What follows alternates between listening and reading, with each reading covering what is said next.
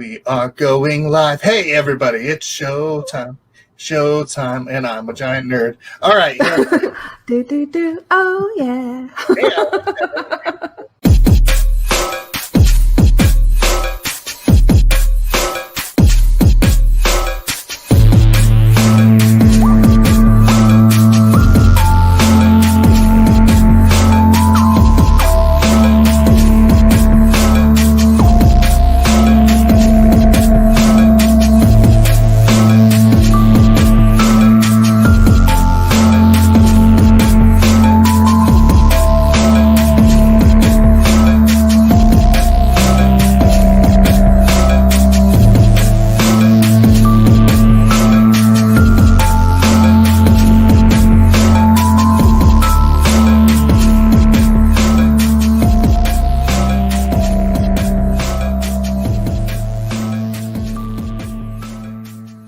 Ready to go live. Hello, everybody. It's a dinosaur. His name's Rex and blah, blah, blah, bloop.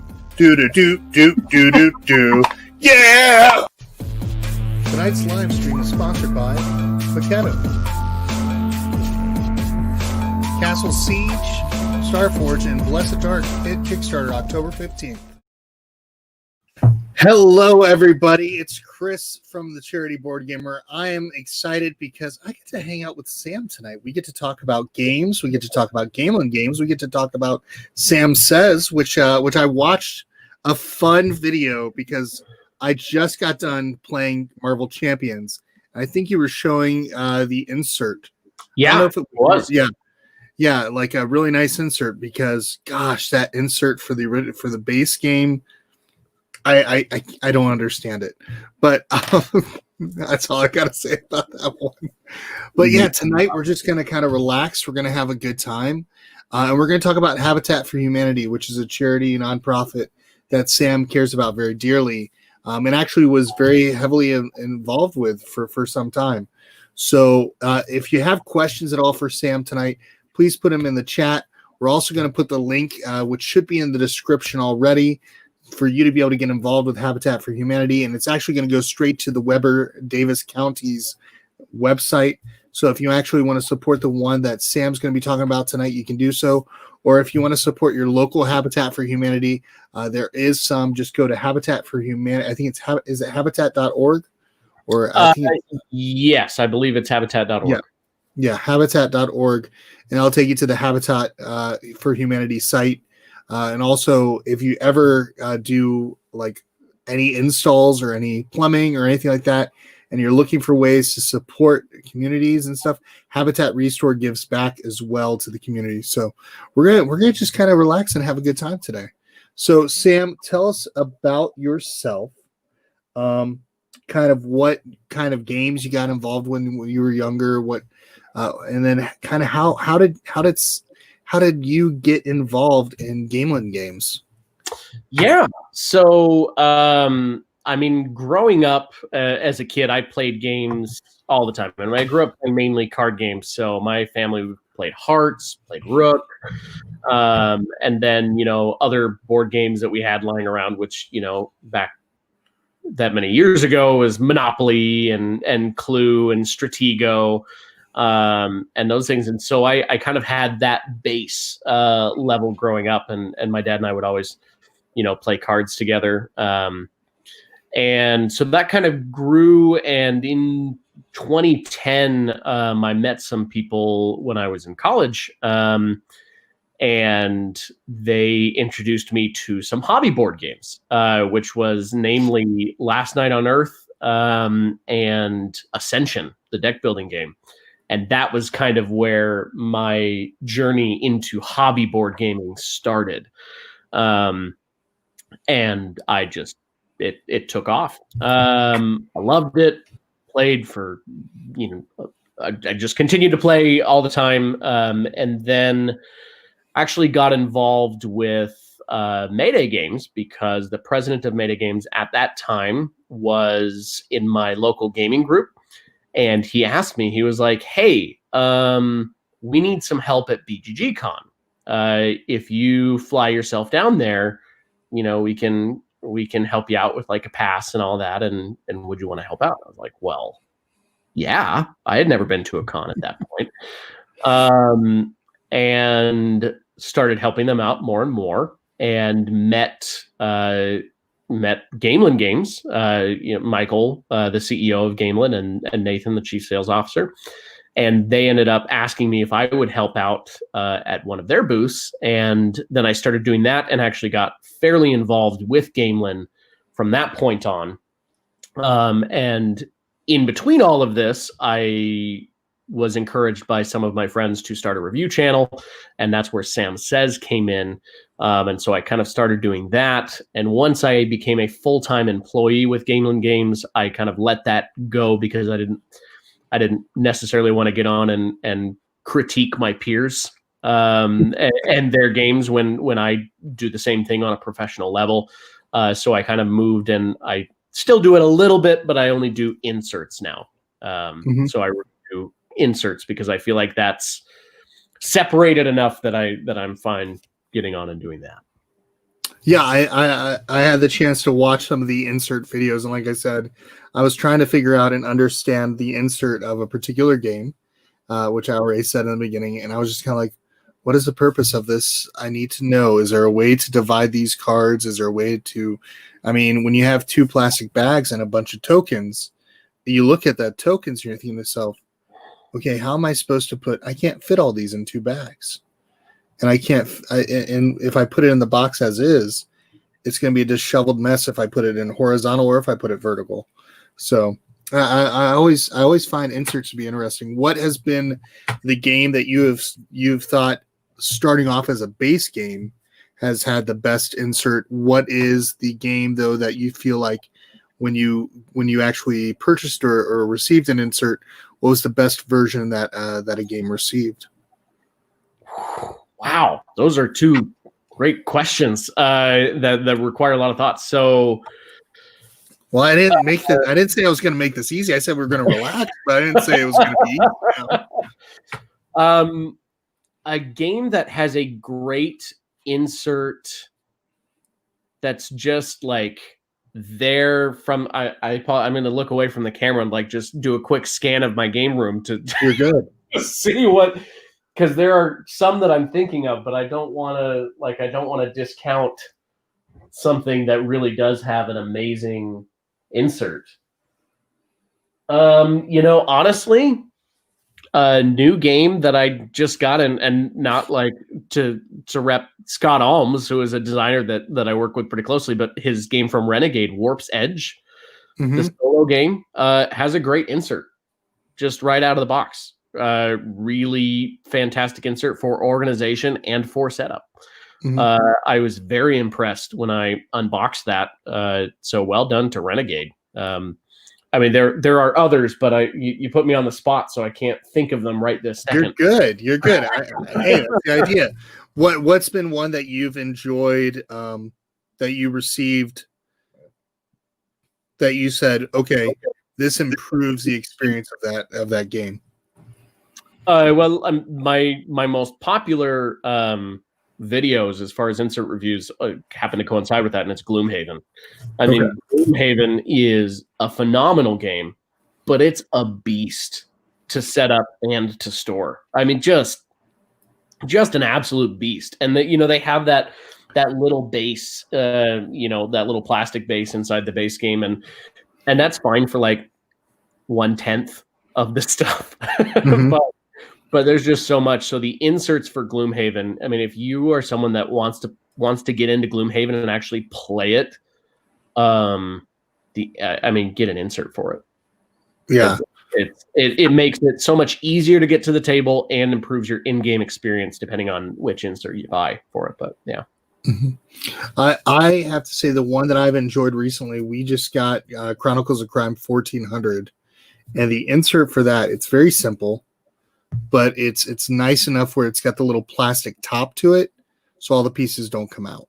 I think that's one that was fairly well thought out. I've enjoyed what Lucky Duck's done with those types of games.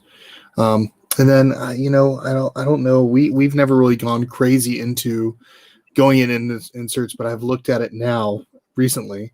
But the insert that I am eager to see is I've seen 2 for Star Wars Rebellion. We have Star Wars Rebellion, and now I have painted minis. And I'm thinking to myself, I want these to stay somewhat nice. Mhm. So I'm thinking, the felt, is it felt here? Or I don't know if I said it right. I don't know. So it's some sort of German style foam that you can put the pieces all in it, and it all fits nicely into the box. I don't remember, but I don't know. Who knows? I'm putting too much thought into it. So. I think I have an insert for my copy of Star Wars Rebellion. I think I have an old Daedalus insert, which they're no longer in business, but I think that's the insert that I have for Star Wars Rebellion. Yeah. Speaking of business, have you all now with everything going on? Of course, people don't know that conventions haven't exactly been in season. How have you all been able to adjust and address those changes? Because I know for some people they do the virtual conventions, and others, of course, didn't go the virtual route this year, where a lot of publishers are saying, okay, there was good experiences, there were some bad experiences, there was some where you're just kind of like, there's nothing happening here. But how was it for you all? So I missed some of your question. There was a little bit of cutting in and cutting out. But Gotcha. from what I heard, was it how are we adjusting to like the new convention schedule with online? Well, how has it been for you? How has it been in regards to the way that you all have been addressing it and approaching it and adjusting with the way that it's been? Yeah, so at Gamelyn Games, we haven't done a ton of the online conventions. We do try to stay active and connected with our customer base on social media. And quite honestly, we've been very busy trying to make a really great 2021. Our 2020, we had Tiny Epic Dinosaurs release. We did Tiny Epic Pirates on Kickstarter.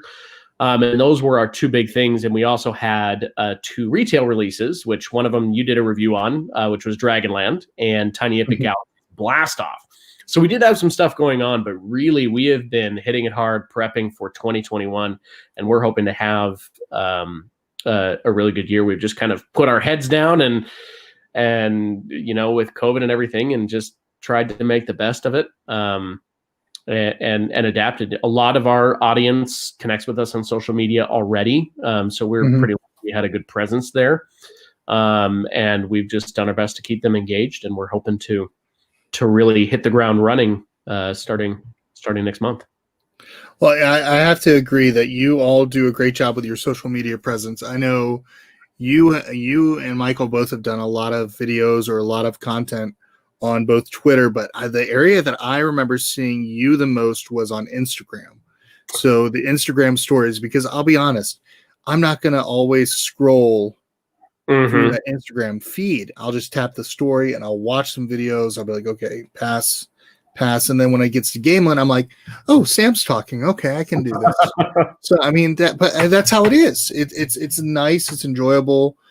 Sometimes you bring about an energy that's a lot of fun. Thank you. And no problem. But I do enjoy the fact that you all have made it a point to interact with people both on Instagram and Twitter and social media, because sometimes you'll see that it's like, okay, some people don't take the Instagram side maybe as serious. And I feel like that's there's people that are really heavily into the Instagram community, especially this one person that just hopped in here, somebody from my favorite Canadian over here, Angelica. Yeah. So yeah, I saw the ornament that she made, which is phenomenal. Yes, I was like, I want one. She's like, that'll be so much Canadian, so much American dollars. I was like, oh, okay. But yeah. So I've got to find a way. But no, I mean, it looks so amazingly well done. Like she is just taking off with the laser printing and stuff. It is, yeah. And Angelica did a great job, and it was so nice of her to do that. I was communicating with her, and she was like, "Hey, can you get me this?" And I was like, "Sure." And then she showed me the final product, and then I just received it a couple of days ago, and it looks amazing. I wish I had prepared and I had it. No, you're good. You're good. Otherwise, I could throw it on here, but it is really, really good. You did a great job. I'm just going to put you on the spot for everything. I'm just going to be like randomly ask you random questions that are going to make you have to walk off screen and go grab an ornament and stuff like that. Here's the big thing: we can see if my wife is watching. If really? Watching the live stream, she'll pick it up and bring it up here. So if it shows up, we know that my wife is watching. If it doesn't, let her relax. She doesn't need to watch you. She already watches you every day. It's like, I don't know. I mean, I never ask my wife to watch. I'm just like, I don't want, because then she'll critique, and then I'll be like, gosh, darn it. But you know, I don't ever ask my wife to watch, but sometimes it'll be funny because I'm in my game room upstairs, and I'll get a note under the door, and usually it has to do with like, are you still talking about Lord of the Rings stuff? Lord of the Rings. Okay. So Lord of the Rings, favorite in the series, favorite book in the series. Ooh, favorite book is probably Two Towers. Okay. Yeah. Me, I enjoy the Lord of the Rings series. We've got a first edition copy of Silmarillion, and but the book that I've always enjoyed, The Hobbit, the most. And I don't know, something about The Hobbit just really well done. At one point, I bought a book to try to learn Elvish, and it hasn't worked out yet. I mean, I could say Megavonen, Te Inithin, Chris, and that's about it. So I mean, that's impressive. That's about as much Elvish as I can learn. So I've never quite gotten to that. I mean, I'm pretty obsessed with Lord of the Rings. I didn't mean to derail the conversation to Lord of the Rings, but no, that's a poster of Gandalf with it's got a couple hobbits and I think Gimli, and it's a Lord of the Rings by John Howe, and that's Thorn Oakenshield sword, and I've got swords and staffs on the room. On the other side of the room, and a map over there, and all sorts of stuff. Oh, it's all good. We did. Daniel, my son, he went ahead and he dressed up as Bilbo Baggins. We actually had a Hobbit-themed birthday, so my youngest dressed up as Smeagol. So, and then of course he had his ways where he would turn and do the Gollum thing. And I mean, he's 9, so he went crazy with it. He had a blast, and he had like this stuffed fish, so he put it between his mouth and be like, nice and sweet, juicy sweet, and all that. So and he tried to do the voice, he tried to do the Gollum voice, because you know Gollum, it's all about the way that he coughs is how he got his name. It's like Gollum, stupid habits, I hate them. Impressed by that voice. I enjoy. I do voices for our kids. We'll do, whenever I read or whenever I do that stuff, I'll try to do voices to kind of fit the characters. And I loved how when they did the audiobook, they really did a great job of explaining Gollum's voice, and because the abridged version not so great. The theatrical version of the audiobook was horrible, but the unabridged was amazing. So Andy Serkis, who played Gollum, just recorded for, I don't know, one of the services, The Hobbit, him reading The Hobbit. Now that would be good, because him doing actually the voice of Gollum would be wonderful. So now I have to go find this. Thanks, Sam. Hey, you're welcome. Craziness. But yeah, no, I've enjoyed this whole like the Lord of the Rings. I've enjoyed The Hobbit. I've enjoyed that fantasy feel, and it's always fun. Now, what's going on with you though in Gamelyn? I've got to find a way to segue, or else I'm going to keep going about Lord of the Rings now. Yeah, I mean, I could talk about Lord of the Rings for hours. So yeah, we should segue. So Gamelyn right now, we are entering the final stages of production for Tiny Epic Pirates, which is very exciting. It's a really big production. There's a lot of pieces. We've got the ship minis, we've got, metal coins, the skull dice, And so we're finalizing all that production, trying to get it on a ship over to the US. And so we're still on track for doing a March delivery of Tiny Epic Pirates. And we've got a couple of irons in the fire. I don't have anything official to announce yet, but okay. Yeah, don't worry about that. we are hoping early next year to have a Kickstarter ready for a new Tiny Epic. So it'll be a new core title in the series, and that's all I will say about that. Okay. I mean, I've enjoyed Tiny Epics. Yeah, I've enjoyed the ones that we've played so far, like Tiny Epic Tactics. That was pretty good. Tiny Epic Mechs, that was a lot of fun for us. Tiny Epic Zombies, I'm a zombie fan, so that's very enjoyable for me. So I think, let me think here. I've got my little bag over here. But yeah, and then of course we haven't gotten into dinosaurs yet, which we're going to get into soon. So we just did was it Dinosaur Island, and I think what we're going to try to do for the one with Tiny Epic Dinosaurs is do it at the same time that we do Jurassic Parts, because we kind of want to do about 2 a week, and we kind of want to have something that's similar in theme or similar in the idea. So dinosaurs, and of course dinosaurs. Let's talk about dinosaurs when they're alive. Let's talk about dinosaurs when they're dead. So something kind of fun like that with the kids. Looks like Kids Playing's on here, so they're saying hi, hello. But no, I've enjoyed what you all do with the size of the box. How on earth do you get all those things into the box? It is a struggle, and it's such an interesting thing, because when we go in to make a Tiny Epic, I mean, that we have a built-in constraint.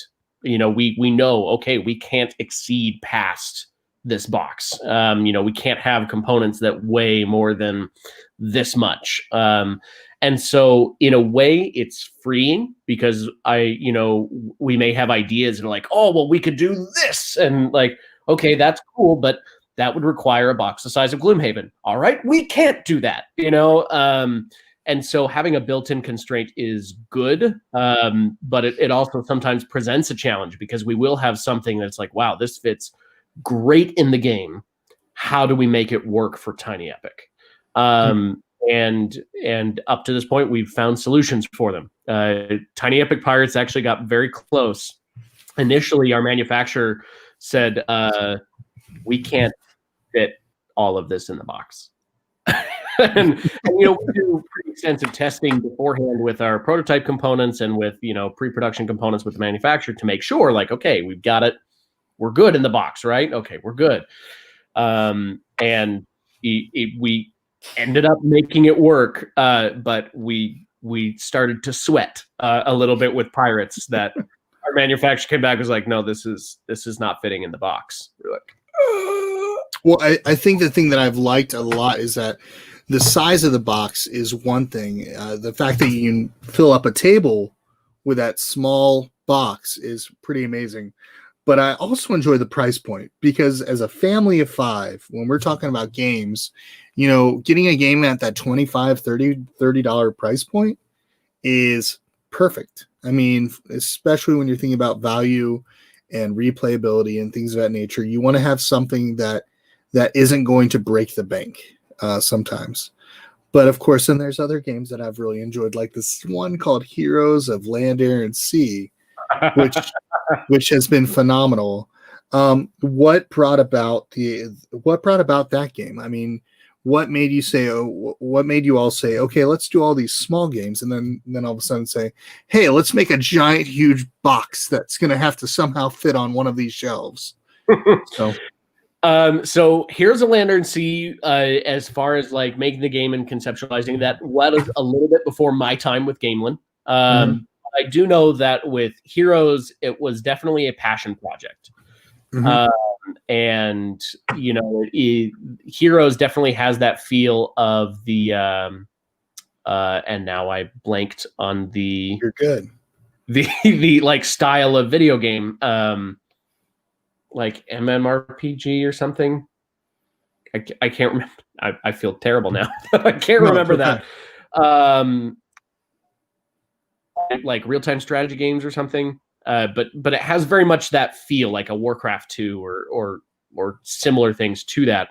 And so it very much was a passion project for the team, because they grew up playing those and wanted to make a big, giant, awesome game. And honestly, it's been so fun. I mean, I love playing the Tiny Epic games. And I play all of the games, Heroes included, for work. But it's like here in my game room, whenever I get asked, like, hey, do you want to play this game?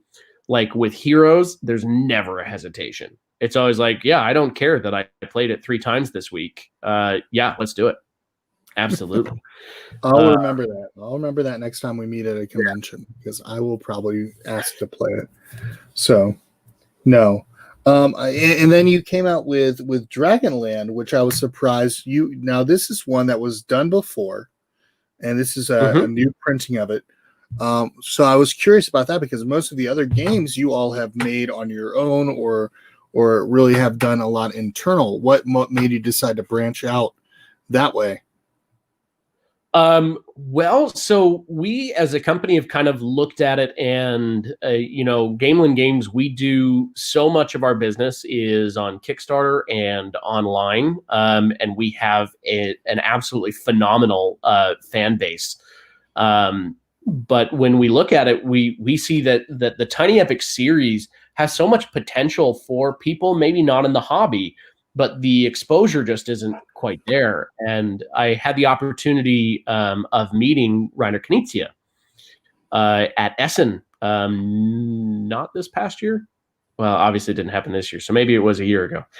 I have a hard time, or 2 years ago. But and he expressed interest in working with Gamelyn, and looked at some of his titles, and really wanted to make a game for families and for a retail specific environment, to really increase Gamelyn's name out there, to get people to get to know us and see everything that we have to offer. And so a Reiner Knizia title was a really what we felt was a really great way to be able to accomplish that.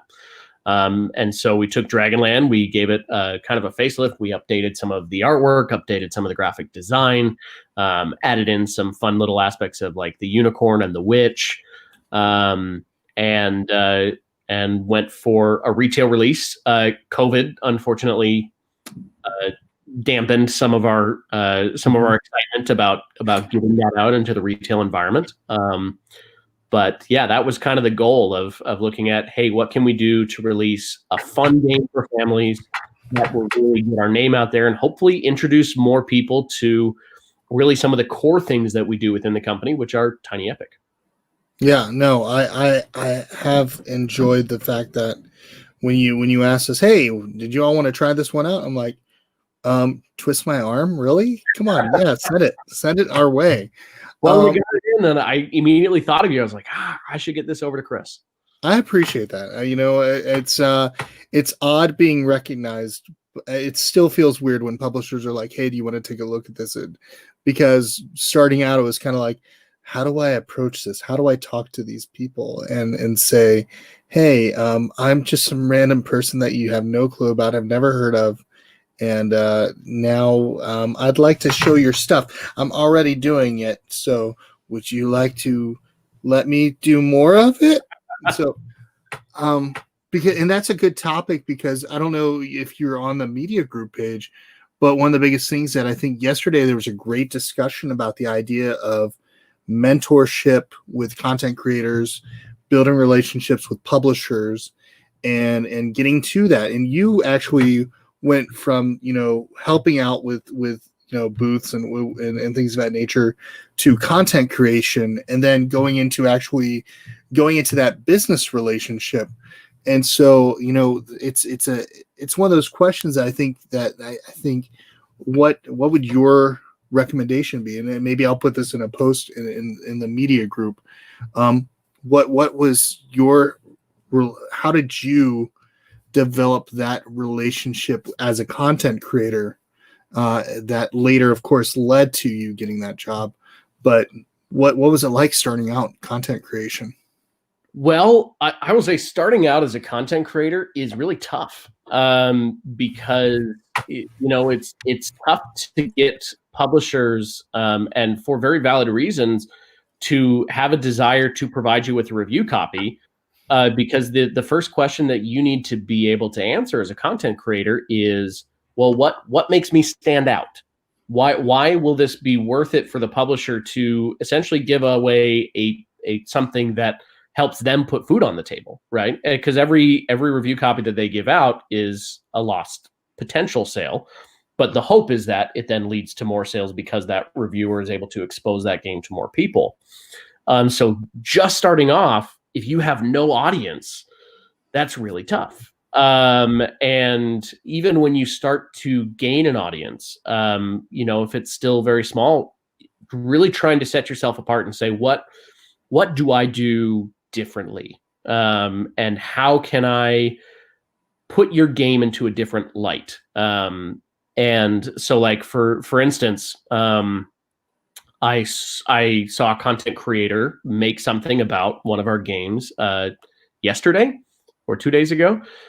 They posted a video, and it was an unboxing and a review, something that every content creator has done. And it starts out with a guy sitting at a table, which is like, okay, that's every content creator. But then it goes through and like, well, check out this unboxing. And the unboxing like blew me away. I am personally not someone who watches a lot of unboxings. Just personal preference. But I watched that and I was like, holy cow, this is so cool. Just the manner in which he filmed it and added in some cool effects. And I felt like I was watching a movie of a game that I had worked on being unboxed. And I was like sitting at my desk, like jaw dropped, like, holy cow. And I proactively reached out to that content creator, was like, hey, I love what you did. Is there anything else that you'd be interested in giving this treatment to? Like, how can I support you? And I can tell this content creator is very small. They just really started their channel, so they've got almost no subscribers, but I recognize that their content is good. And if so you want to plug them right now, plug them. I'd love to, because I'll have to look them up later. Yeah. Let's see what I want to make sure that if I do plug them, that I give their name correctly. So now I have to look. BGG. Yeah, go ahead, because now I'm intrigued. So yeah, it was, and they had some stuff for other games as well. It's the Cinemeeple, like CINE. Okay.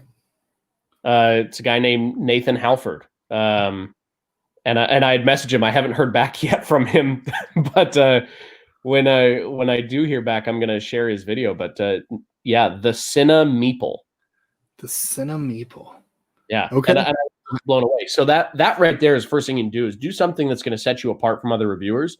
But also I would say just do whatever you can. It's tougher now because there's not conventions. But reaching out to us and just being very cordial, just saying, hey, this is what I do. This is what my goal is. I just like to get to know you. And I have some requests where it almost feels like a demand for product. Of like, I need you to send me this, and I need you to send me this, and I need you to send me this. And when I see that, it's like, I haven't necessarily heard of you. I don't know who you are, but it's a really rough way to start a relationship.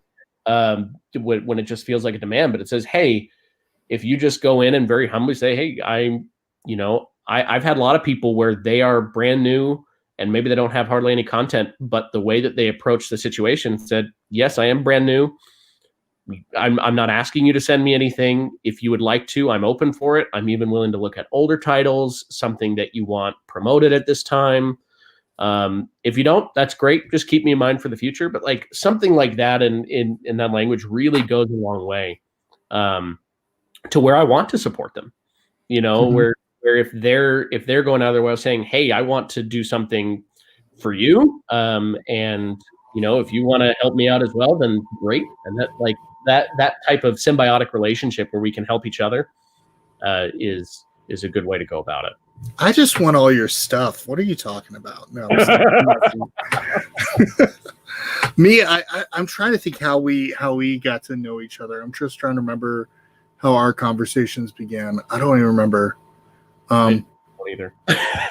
Because I remember like I was demonstrating games through Envoy at one point. And I was just doing that because that was how I got a majority of my games, was working my tail off, showing the games off, and just enjoying it and having fun. And I think sometimes I would ask maybe questions about, okay, I had a question about this because I'm teaching it, and I'm trying to help promote it at my local game store and stuff like that. But I'm just trying to think how it kind of came about. But now I have to know, what did you see in me that made you say, I consider that guy? Because now, to be honest, the first thing was I love that you're the charity board gamer. For that immediately stood out to me.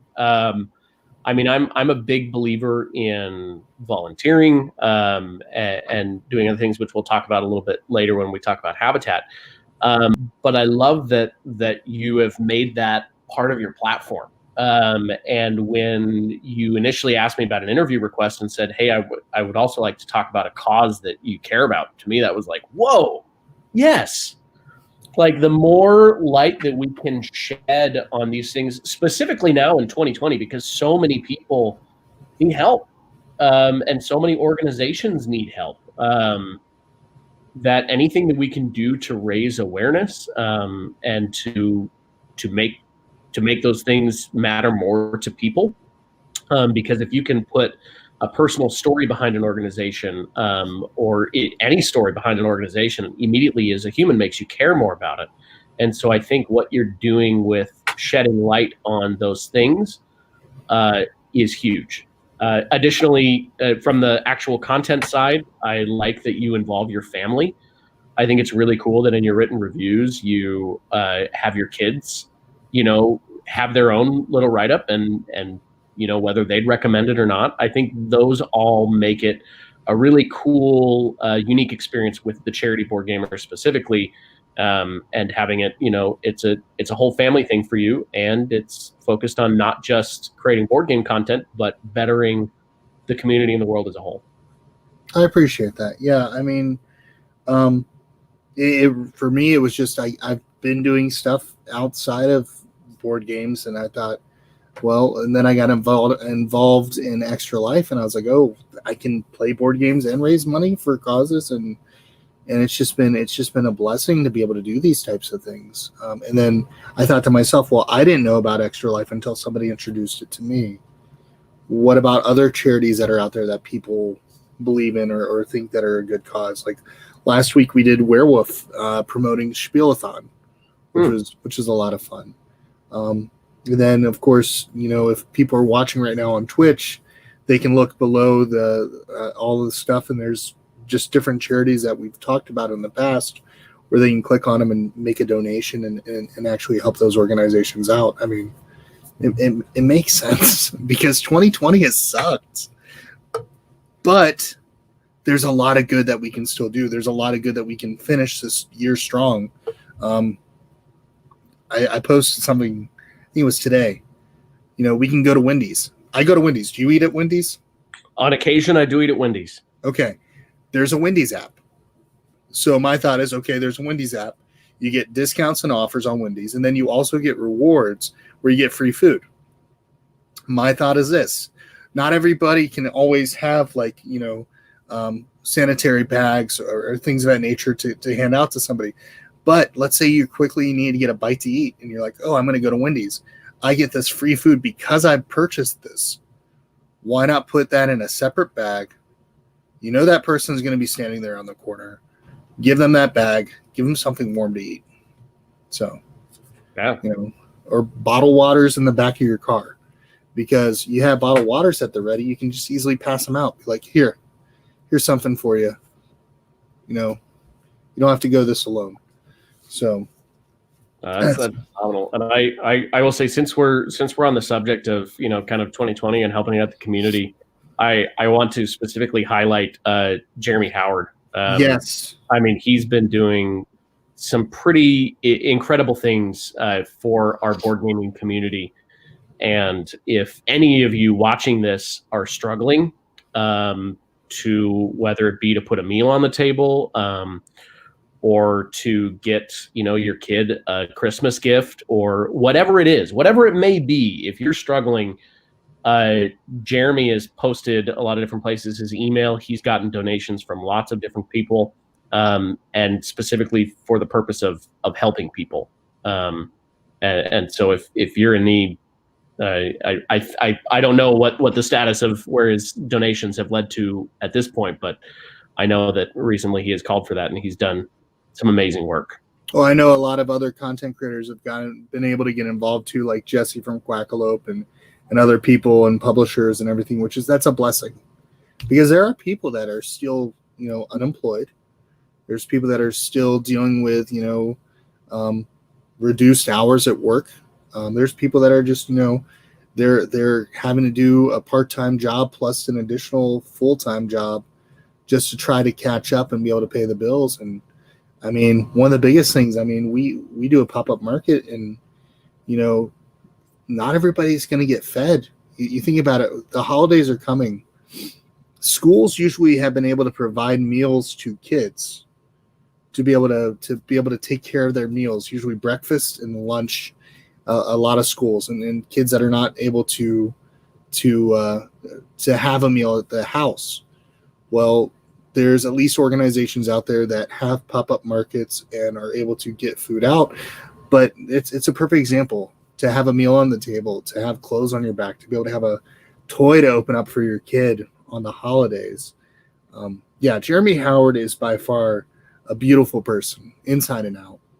He's a great guy. Yeah, he is a force for good. And if there is a highlight to 2020, I'll just say it. I agree with you, Jeremy Howard. Highlight to 2020, right there. So yeah. Shout out, Jeremy. Yeah. So tell us about Habitat for Humanity. I'm going to go over to the website. We'll let people actually navigate with me as I navigate along, and I'm just going to let you kind of talk about it, and we're just going to just enjoy. I guess enjoy, is that the proper word? But it is a great organization. So I guess it would bring joy to a lot of people knowing that there is a lot of good that can be done. So go ahead and tell us about Habitat for Humanity for Weber and Davis counties. Yeah. So I was lucky enough to be able to be involved with Habitat for Humanity, specifically in Weber and Davis counties, because of my involvement in my previous career as a financial professional. The organization that I worked with spent time doing that, and I spent an additional of my personal time to be able to volunteer, and ended up getting on the board of directors. And it was a great opportunity, because what Habitat for Humanity does is they provide homes for those in need. There was one of the homes that I put my blood, sweat, and tears into was for a single mother with two daughters. And she was in a situation where all she could afford to live in was a downstairs apartment that had black mold growing inside of it because it had flooded so many times. And she was a single working mom just trying to get by, and Habitat for Humanity was able to help her work on her house. So what Habitat does is they require you to work a certain amount of hours to actually build your home. And you have to pay back a certain amount of it. So you have basically a mortgage, but it's a much, much decreased mortgage than what you would normally have. And after you can pay back a certain amount of money, depending on the project, the home is yours. But it's such a good organization because it helps people lift themselves up. Because so much of what you can do as an individual really springs back to where are you setting your head down at night. And being able to have that home that's yours, that's a safe place, allows you to go through and make your own. It sounds silly, but make your own destiny. If you have a home, that you can afford to live in that home, it allows you to take those opportunities that help you better yourself in life. And so that's why I love the mission of Habitat for Humanity, is we take people that may at some point have gone into homelessness. And and give them a new chance at life. That Amazon Smiles thing that you're going through right there, that's a really great thing, a program that Amazon has, and you could click on that.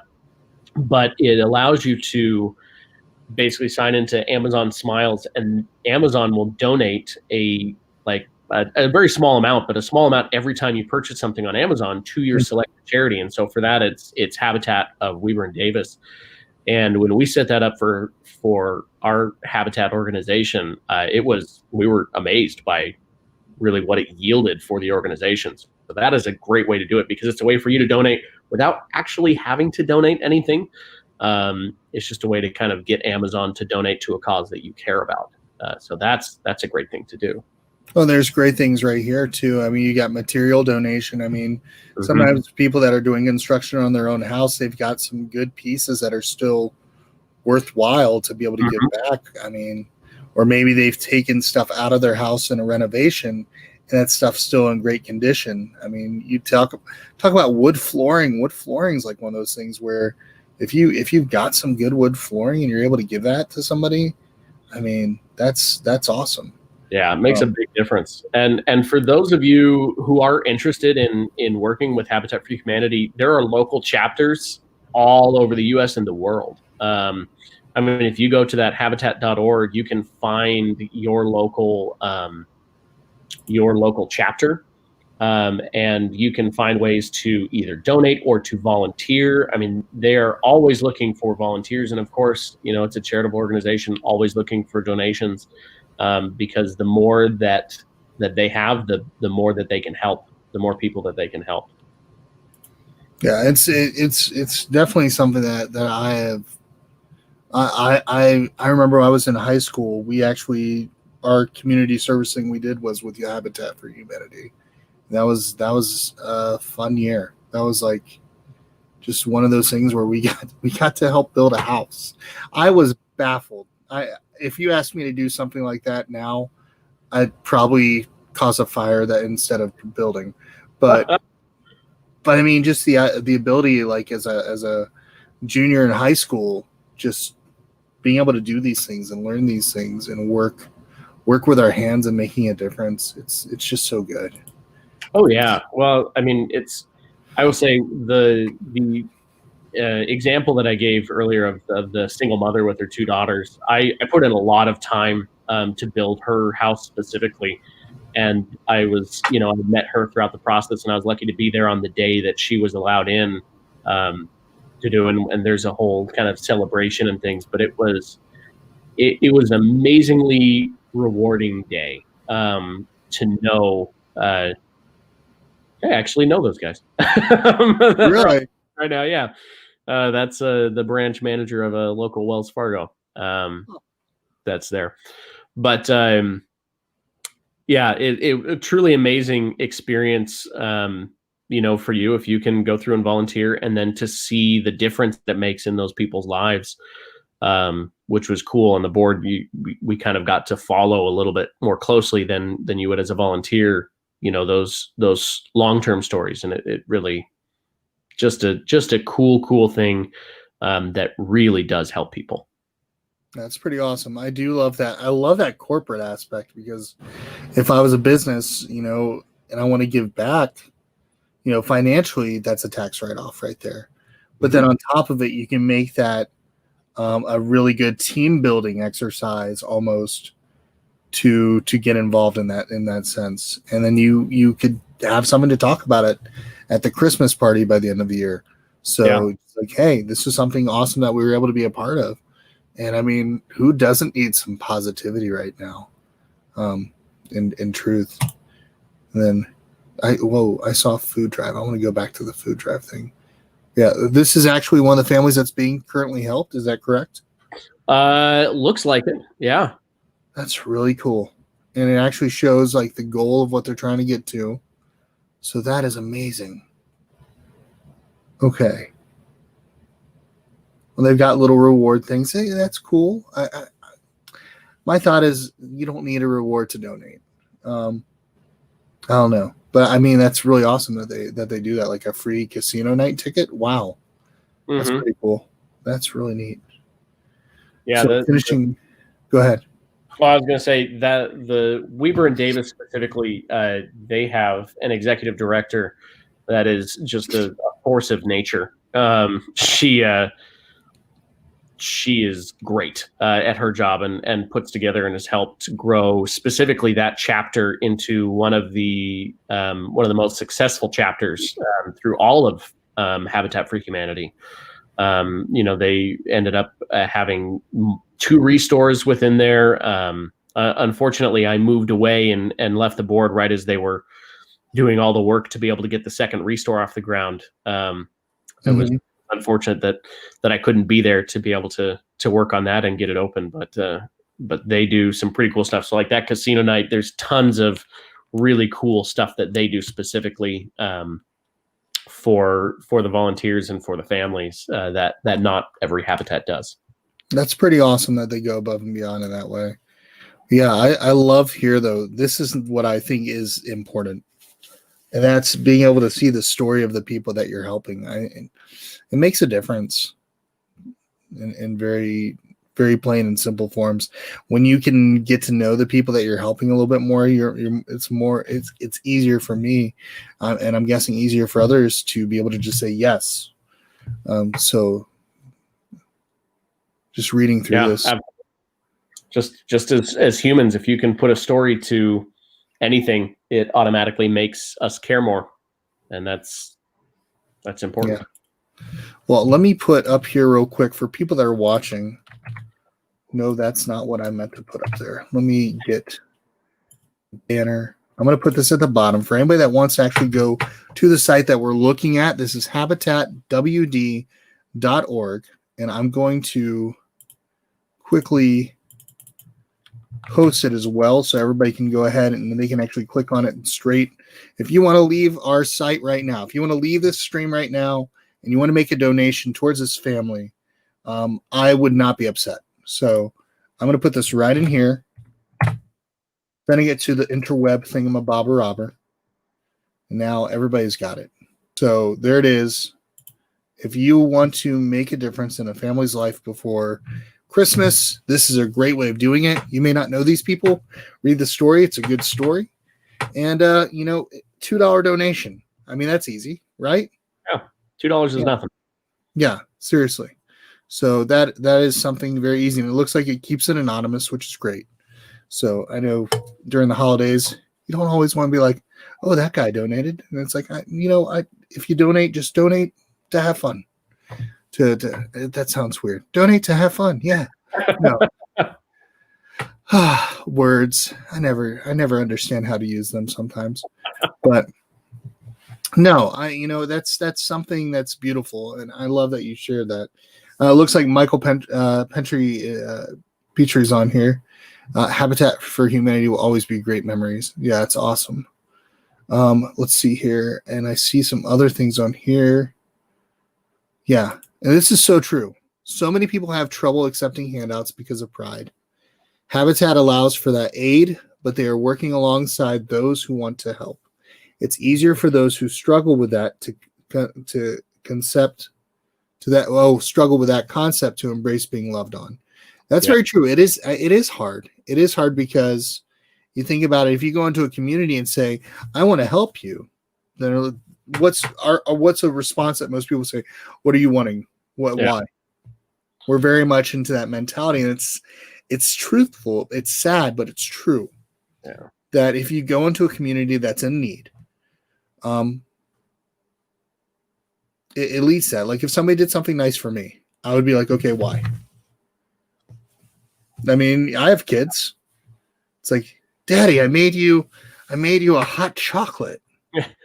What's the ask? Yeah, that's exactly, because with my 9-year-old, it's like, okay, can I get 30 more minutes of video game time? Mm-hmm. It's like, yeah. And honestly, to one of the points that they made in that comment is that it really does, because the families are working on the house themselves, it also makes them appreciate it more, and it makes them feel like, they, all right, this is mine. Like I put my blood and sweat and tears into this house. and it makes them more devoted to improving their own lives so that they can keep it. And it's, it really is a cool thing.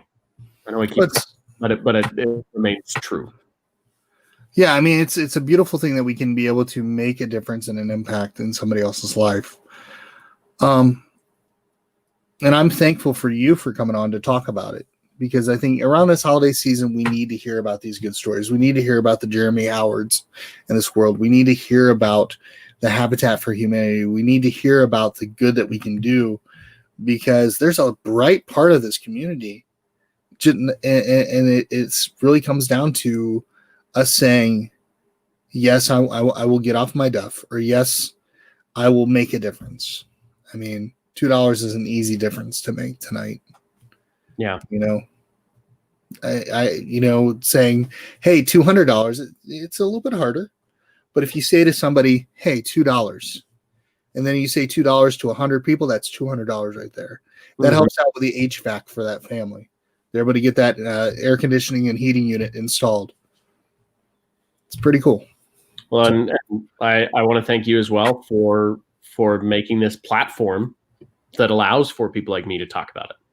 And that's, like I said before, that's part of what makes you stand out. But I think it's really a great thing. I appreciate that. Well, I mean, if anything I've learned in this year is that there's a lot of people that have some great causes that they believe in. And I think sometimes it's just people are wanting to help. People want to help. There's a genuine want to help and to connect. And sometimes it's just something as simple as like, how? And a lot of people don't know how. Mm-hmm. And so if we can show them, if we can let them know, hey, this might be something that you might be interested in. Oh, you know what? I like Habitat for Humanity, or maybe I like Save the Elephants, or maybe I like this thing that's helping out with Midnight Mission with the homeless in California, or maybe I want to get involved with a children's hospital, or maybe I want to get involved with Spiel Foundation, and specifically I want to help out because they bring board games into senior centers. I mean, but people don't know how, and so this whole year has just kind of been just not even a year, but it's just been one of those things where it's kind of like, okay, it's been 5 years. What? This year felt like 5. There's been a lot of crap, and I could go over that, and we could talk about 3 hours of that. But I would rather take those 3 hours and do something good with that time as much as possible. I mean, there's been a lot of bad. There's been a lot of division. There's been a lot of chaos, a lot of hate. And I think the one thing that we as people can do is to say, no, I will not accept the hate. I will not accept the injustices. I will not accept the cruelty to people. Instead, let's show love. Sorry. Yeah. No, I think, and I think it will surprise if you haven't done a lot of volunteering or charity work or whatever it may be, or even monetary donations. You'll be surprised how good it makes you feel to help. If for the purpose of helping others, but it makes you feel great too. If you need a little hit of dopamine, go and help somewhere. Gosh, Go to your local food bank and volunteer if you can, if it's safe to do so. If you have the ability to make a monetary donation, do it. Help your fellow human. We're all human beings. I'm trying to remember. I'm trying to think of the way. I think Grant came on and he said a pretty good way of describing it. And I said, it could be a sword, a shield, or I forget the other thing it was, or a coin. Maybe that's the way of thinking of it. A shield to protect those who are hurting, a sword to stand up for them and to help them, and a coin to help financially support them. I think I'm pretty sure I got that wrong, but it sounds great. I mean, thanks. But yeah, I mean, we can do so much good. And I look forward to seeing what 2021 will bring. But we're not done yet. We're not done with 2020 yet. We've still got a couple more weeks to go. Let's finish it strong, doing something different, doing something good, bringing about change, and making a brighter, not maybe tomorrow, but just a brighter day today. I mean, we can. So let's do it. But I want to say thank you, especially for coming on. I mean, it's nice when you can hear not just your content creator journey, your journey from board games into your position now with Gamelyn, and of course the insert, which was fun talking about that. But it's also a beautiful thing to hear about your involvement with a charity that you were more involved with even before, and just hearing that passion still after you've left. Because I think people need to hear that. I think people need to know that, we're not all board games. I mean, don't get me wrong, we love board games. Yeah. But there's so much we can do. There's so much we can do. So for those of you who are watching, like I said, there's right down on the screen. Click on it. I've put it in the description. Click on it. I don't know what this it looks like I got spam, so I'm gonna have to modify that and take that out later. But somebody's like, yeah, buy followers, primes, and viewers on blah blah blah. So yeah, so if they were actually watching, good for you. But I hate spam. But no, but it's a beautiful thing that we have here in a community. And I think we can keep that connection going. And I think we can keep going strong and keep pushing for the good in this world. And I look forward to seeing it continue, to see more Jeremy Howards come out of it, to see more Quackalopes come out of it. Because I'm just talking about it. I do my stuff, and I try to do whatever I can and help bring things to light. But there are two people that have been in our community that have really done a lot of great things to think about community and to bring them together. I mean, you look at QuackCon, which happened on Thanksgiving, specifically to help the people that are dealing with loneliness and disconnection. You see what Jeremy Howard's doing, like you were talking about. That's just making the point to connect and say, hey, you don't have food on the table. Guess what? Let's find you food on that table. Let's find you clothes on that back. That's our community. That's our board game community. Look at us. That's the people that we get to work with every day. And it's such a beautiful thing. It's a reminder that 2020 is not all bad. If anything I've seen from 2020, yes, there's been a lot of bad, but there's a lot of good that is underlying, that is trying to break through free of the hate and of the animosity and the destruction and division. And they're saying, no, I'm going to keep doing the good that we can do and making a difference in somebody else's life. So as a one note, speaking of the good in 2020, I'll just share a small thing. I don't know if you or any of the people watching have seen this, but shortly after pandemic and stay-at-home orders started, back in kind of March, April-ish, there were animal shelters all around the country that were empty because people were adopting animals. I'm an animal lover. I have one of my 2 dogs I adopted from a shelter. And he's just the cutest, most adorable dog, and I love him more than anything. And I think that makes me smile every time I think about it, that, yeah, there's a lot of crap, but animal shelters were empty because people were adopting these animals and giving those animals new lives and new families and just generating more and more love. And that is one thing that if anybody talks about 2020, that's one thing I'm looking at like, oh my God, that was so cool. I love reading about that and reading those happy stories. Yeah, we got 3 cats in 2 months. We never had cats with our kids at all. So we got 3 cats within 2 months, and they have been a bright spot of the year. They have. I mean, as silly as it sounds, having a cat sit on your lap, all it's doing is sitting on your lap, but at the same time, it's like, Okay. It's like, human, I think you're okay enough. So I will sit on your lap until you feed me food. And Mm-hmm. yeah. Which that's usually why they jump up. Hello, you know. Yeah. But no.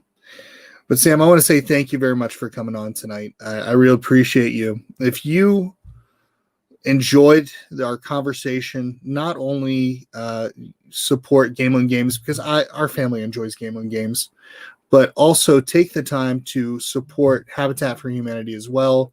Or if there's a cause that you believe in that you want to make a difference for, please let us know in the comments. Tell us what you're interested in. Maybe we can find somebody that represents it, or maybe we can even have you on to talk about it, because we can make a change for good. I'm going to get us to go ahead and play us out real quick. And I'm going to just remind you all that if we can gather at the table, we can do the same for a good cause. So everybody have a great night. We'll talk to you in a little bit. We're going to be back at about 8:30 to play Cult of the Deep with Samuel Stockton. I'm curious how that game's going to go, but I'm looking forward to it. So everybody have a great night. Bye. Bye, everybody. We'd like to also thank The Op for sponsoring tonight's live stream. One of our favorite games for them currently is Hughes and